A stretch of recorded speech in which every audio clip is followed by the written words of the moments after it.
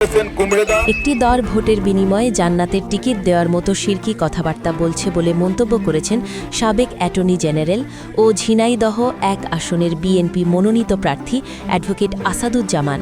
শুক্রবার দুপুরে শৈলকুপা উপজেলার লক্ষণদিয়া গ্রামে আয়োজিত এক নির্বাচনী পথসভায় তিনি এই মন্তব্য করেন। অ্যাডভোকেট আসাদুজ্জামান বলেন, ওই দলের নারী কর্মীরা কোরআন শরীফ হাতে নিয়ে তালিম দেওয়ার নামে ভোট চাইছেন। তারা ভোট দিলে জান্নাতে যাওয়া যাবে এমন কথাও বলছেন।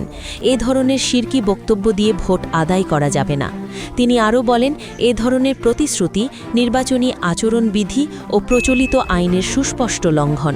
প্রথম কথা হলো,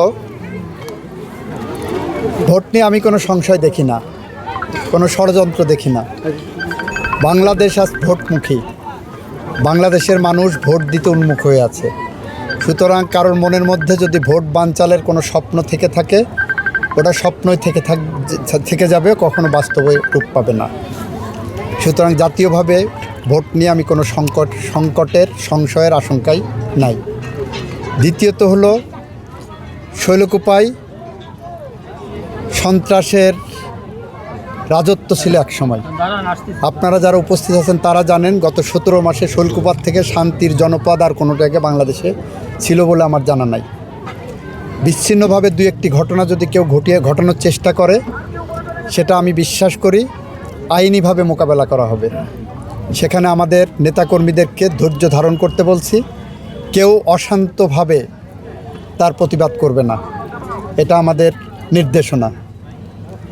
তৃতীয়ত হলো, আপনারা যারা বলছেন, আপনারাও জানেন, সারা বাংলাদেশ জানে যে বেহেশতের টিকিট বিক্রি করার নাম করে ভোট চাওয়া হচ্ছে। বাড়ি বাড়ি যে মহিলারা যাচ্ছেন, যাওয়ার পরে তালিম দেওয়ার চেষ্টা করছেন, কোরআন শরীফ একটা বের করে বলছেন দাঁড়িপাল্লায় ভোট দিলে বেহেশতের টিকিট পাওয়া যাবে। আপনারা দেখেছেন, তাদের একজন প্রার্থী ঝালুকাঠিতে বলেছেন সিগারেটে শুক টান দিতে দিতে দাঁড়িপাল্লায় ভোট দিলে তার সব গুনাহ মাফ হয়ে যাবে। আমরা বলছি এটা ইসলাম বিরোধী কথা, এটা শিরকি কথা একদিকে, যেমন অন্যদিকে আমাদের প্রচলিত নির্বাচনী আইন যেটা আছে, নির্বাচনী আইনের এটা লঙ্ঘন।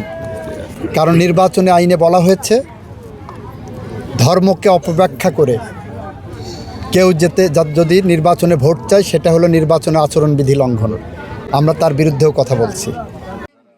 এর আগে তিনি উপজেলার মিনগ্রাম, আবাইপুর সহ বিভিন্ন গ্রামে নির্বাচনী পথসভা করেন।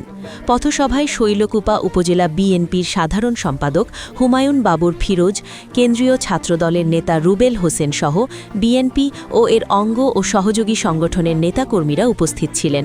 Desk news, Kalchakra 24।